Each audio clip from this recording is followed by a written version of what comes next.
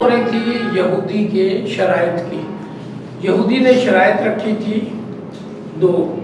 ایک تو کہا تھا کہ کھجوروں کی گٹھلیاں دبا دو، کھجوریں ہوں گی، پھل لگے گا، پھر میں اس کو آزاد کروں گا. حضرت سلمان فارسی رضی اللہ تعالیٰ عنہ.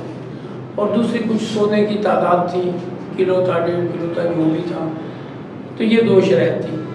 سونا صحابہ کرام رضوان اللہ علیہم نے اکٹھا کر کے دے دیا تھا. اب دوسری شرط تھی کھجوروں کے باغ کے. تو اس نے تعداد بتائی تھی کہ اتنے درخت لگائے، گٹھلی لگا دی. حضور پاک صلی اللہ علیہ وسلم نے اپنے دست مبارک سے، اور جب دیکھا صبح تو درخت بھی مکمل تیار تھے، اوپر پھل بھی لگا ہوا تھا کھجوروں کا. کھجوروں بھی تیار تھی، پکا ہوا پھل. اب جب یہودی نے دیکھا بڑا حیران ہوا. صحابہ کرام رضوان اللہ اجمعین بھی آ گئے. شرائط کے تحت بتایا گیا بھئی آپ نے کہا تھا کھجوریں کہ اتنے پودے ہونے چاہیے، کھجوریں لگ جانی چاہیے، تو آپ کی یہ شرط بھی پوری ہوگی، چیک کر لیں. اب اس نے کہا کہ کھجوروں اتارو. ایک درخت کے اوپر چڑھ کے کھجوریں اتاری گئی. اس نے جب کھائی تو کہنے لگا کہ اس میں تو گٹھلی ہے ہی نہیں، یہ تو کیسی کھجور ہے جس میں گٹھلی نہیں ہے. پھر حضور پاک صلی اللہ علیہ وسلم نے فرمایا کہ آپ نے جو گٹھلی نکال دی تھی تو اس میں کیسے گٹھلی ہوگی. تو اس نے پھر فوراً اپنی شرائط کے تحت حضرت سلمان فارسی رضی اللہ تعالیٰ عنہ کو آزاد کر دیا. حضرت سلمان فارسی رضی اللہ تعالیٰ عنہ انتہائی خوشی محسوس کی اور زندگی کا ان کا مقصد پورا ہو گیا. حضور پاک صلی اللہ علیہ وسلم کے ساتھ مدینہ منورہ تشریف لائے اور باقی زندگی حضور پاک صلی اللہ علیہ وسلم کی خدمت میں گزار دی. ایسے ذہین اور ایسے فتین اور ایسے وفادار انسان تھے کہ تمام صحابہ کرام رضوان اللہ اجمعین میں ہر کام کے لیے اپنے آپ کو پیش کرتے اور خوب خدمت میں لگے رہتے. جب غزوہ خندق ہوا، غزوہ خندق غزوہ احزاب بھی کہتے ہیں اسے، وہ تقریباً 8 ہجری کو ہوا. 8 ہجری تک پہلے کئی غزوات ہو چکے تھے. غزوہ بدر، غزوہ احد، کئی غزوات ہو چکے تھے اور سریے بھی ہو چکے تھے. سریہ وہ تھا جس میں چھوٹا سا ایک گروپ جاتا تھا لڑنے کے لیے، جس میں حضور پاک صلی اللہ علیہ وسلم خود نہیں تشریف لے جاتے تھے، ان کی آرڈر پہ کچھ لوگ جاتے تھے لڑنے کے لیے، تو اس کو سریہ کہتے تھے. سریہ بھی ہو چکے، غزوات بھی ہو چکے.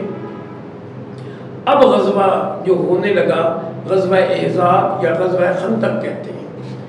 حضور پاک صلی اللہ علیہ وسلم کو مخبروں نے، یعنی جاسوس، انہوں نے بتایا کہ جو مشرکین مکہ ہیں انہوں نے مختلف قبائل کو اکٹھا کرنا شروع کر دیا ہے اور عنقریب آپ کے اوپر حملہ کریں گے. اس میں ابو سفیان کا نام سر فہرست تھا کہ وہ سارے بدلے لینا چاہ رہے ہیں آپ سے. بعد میں پتہ چلا کہ لوگوں کو اکٹھا کر کر کے 10,000 کا لشکر تیار ہو گیا ہے مدینہ منورہ پہ حملہ کرنے کے لیے. اچھا، مدینہ منورہ کا جو ایک حدود اربع ہے نا، جو ایک خاص اس کے حدود اربع کہتے ہیں، ارد گرد کے سارے ماحول کو حدود اربع کے، دائیں طرف کیا ہے، بائیں طرف کیا ہے، آگے کیا ہے، پیچھے کیا. حدود اربع ایسا تھا کہ زیادہ پہاڑ تھے، ایک راستہ تھا تقریباً 1.5-2 کلومیٹر کا جس کو درہ کہتے تھے، یعنی اس سائڈ سے لوگ آ سکتے تھے آسانی سے. تو حضور پاک صلی اللہ علیہ وسلم نے مشورہ کیا کہ اب شہر سے باہر نکل کے جنگ کی جائے یا اندر رہ کے جنگ کی جائے. پھر پہلے جتنی غزوات ہوئے وہ شہر سے باہر نکل کے ہوئے. غزوہ بدر ہوا شہر سے باہر نکل کے ہوا، غزوہ احد ہوا شہر کے باہر نکل کے ہوا.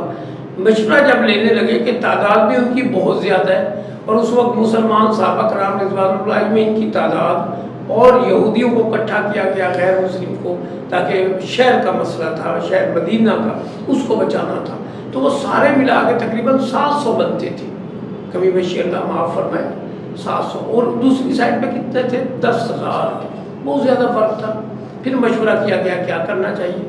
تو حضرت سلیمان فارسی رضی اللہ تعالیٰ عنہ نے ہی مشورہ دیا کہ ایک خندق کھودتے ہیں جو رومی کھودا کرتے تھے، تو نصرانی کھودا کرتے تھے، تو اسی طرح ہم بھی خندق کھودتے ہیں۔ جب پوچھا گیا خندق کیسی، انہوں نے بتایا تقریباً 8 فٹ گہری اور 10 فٹ چوڑی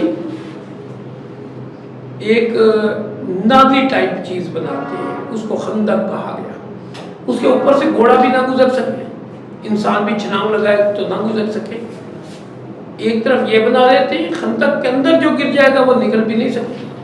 10 فٹ کی ہائٹ ہوگی، 8-10 فٹ کی، اور اسی طرح چوڑائی بھی زیادہ، 2 کلومیٹر تقریباً یا 1.5 کلومیٹر لمبی خندق۔ تو وہ کھودنے کا مشورہ حضرت سلمان فارسی رضی اللہ تعالیٰ عنہ نے دیا، اور وہ بڑا کامیاب رہا، اور میرے رب نے ان کو شکست دی غزوہ احزاب میں، غزوہ خندق میں، اور مسلمانوں کو سرخروئی دی، کامیابی دی، اور وہ سارے دم دما کے بھاگ گئے۔